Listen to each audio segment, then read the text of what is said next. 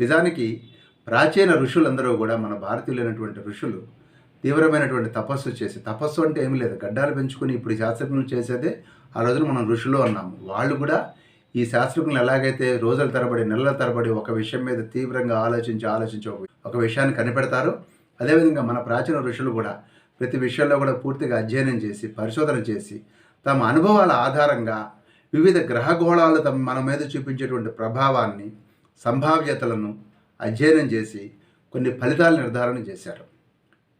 వివిధ వస్తువుల మీద, వ్యక్తుల మీద ఈ గ్రహ నక్షత్రాలు ఎలా ప్రభావం చూపిస్తాయి అనేదాన్ని గమనించి దీన్ని ఒక జ్యోతిష శాస్త్రం అనే పేరుతో అభివృద్ధి చేయడం జరిగింది. ఇది ఒక ఇండికేటివ్ సైన్స్ అన్నమాట. తరతరాలుగా ప్రజలు ఈ శాస్త్రాన్ని నమ్ముతున్నారు. నమ్మి జాగ్రత్తలు తీసుకుని లాభాలు పొందిన వాళ్ళు ఎంతోమంది ఉన్నారు. ఈ శాస్త్రం నమ్మిన వాళ్ళకి నమ్మినంత, నమ్మకపోతే వచ్చే నష్టం లేదు. సూర్యుడు తూర్పున ఉదయిస్తాడని నమ్మినా నమ్మకపోయినా సూర్యుడు తూర్పున ఉదయిస్తాడు.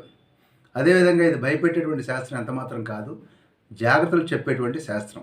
అయితే ఒక్క మాట ఏంటంటే డిస్క్లైమర్, ముఖ్యంగా ప్రారంధాన్ని అతిగా నమ్మి పురుష ప్రయత్నం చేయకుండా పోవడం అనేది సరైన విధానం కాదు.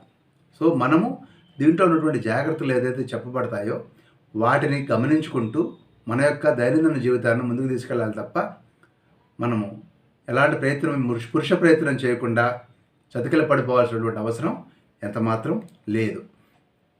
మన జ్యోతిష శాస్త్రంలో 2 మేజర్ పాయింట్స్ ఉన్నాయి. ఒకటి గ్రహచారము, దశాంతర దశలు అనేది ఒక మేజర్ పాయింట్ అయితే, 2 గోచారం అనేటువంటిది ఇంకొక విషయం.